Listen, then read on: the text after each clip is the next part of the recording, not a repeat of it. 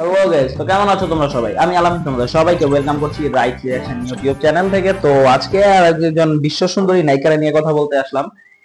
In fact তাকে দেখাইতেও আসলাম, সে নাকি সাবিলা নূরকে নিয়ে কথা বলছে। সাবিলা নূর নাকি নায়িকা নায়িকা লাগে না, তাকে দেখতে নাকি অতটা বেশি ভালো লাগে না, সুন্দরী মনে হয় না, দেখলে নায়িকা নায়িকা একটা ভাব আসে না তার। মানে মন্তব্য অনুযায়ী যে নায়িকাকে দেখলে মনে হবে ও মাই গড, আর তারা দেখে মানে এরকম একটা ভাব সাত্তা। তো অবশ্যই যে নাকি সাবিলা নূরে নিয়ে এরকম একটা কথা বলতে পারে, তো সে কিরকম, সে তো অবশ্যই বেশি সুন্দরী হবে। তো চলো আমরা দেখেই নেই কে কিরকম।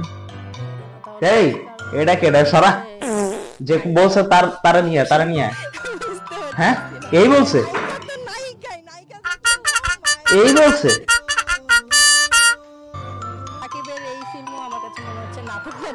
কি সুন্দরী, কি হট।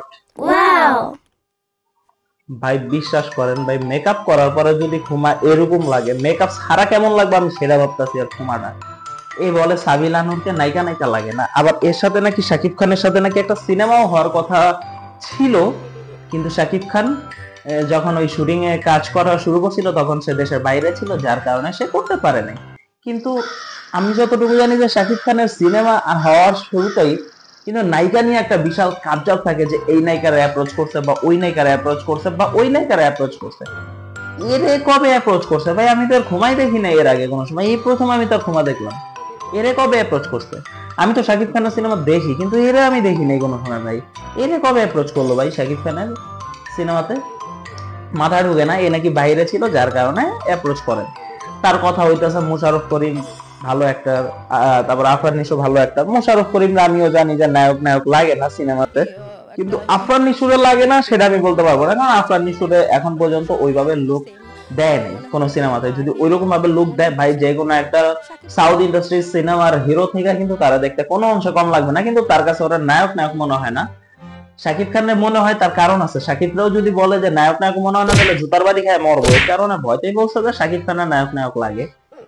তারপরে সেটা গেল, ইনি বলতেছে যে এই সিনেমাটাও শাকিব খানের নাটক নাটক আসবে, মানে এর আগে বরবাদ, তুফান, তারপরে যে আরো যে কতগুলো সিনেমা ছিল সব নাকি নাটক নাটক ছিল উনার কথা, উনার ভারসাম্য অনুযায়ী। আবার উনার কথা অনুযায়ী যে এই পর্যন্ত নাকি শাকিব খানের নাকি সরি, সে নাকি নিজেকে সিনেমার জন্য তৈরি করতেছে। ভাই এই চেহারা নিয়ে কে নায়িকা একটু দূরে থাকবে না ভাই, সাইড আর্টিস্ট দিতে পারবে নাকি আমার সন্দেহ লাগতেছে। এই যে মেকআপ করছে মাশাআল্লাহ দিলে, মুখের উপরে মনে হয় 3-4 প্রলেপের একটা মেকআপ করছে, যেটা উঠায় ফালাইলে মুখের ভিতরে গর্তের কোনো অভাব হবে বললে আমার মনে হইতেছে না। তারা এইভাবেই মনে হইতেছে আমার কাছে যে গর্তের অভাব হবে না। ঠিক আছে, এখন অবস্থা এমন দাঁড়াইছে এ নাকি নায়িকা। এ যদি মুখটা ধুয়ে আসে ভাই, রাস্তার কুকুর এরা দেখলে বসে কি না ধুয়ে পালাবে।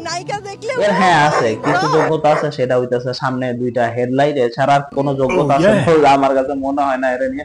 সরি গাইস, আমি যদিও কিছু বইলা ফেলাই, কিন্তু এ যা কথাবার্তা বলে সেই হিসাবে হেডলাইট ছাড়া কিছুই নাই তার সামনে 2টা।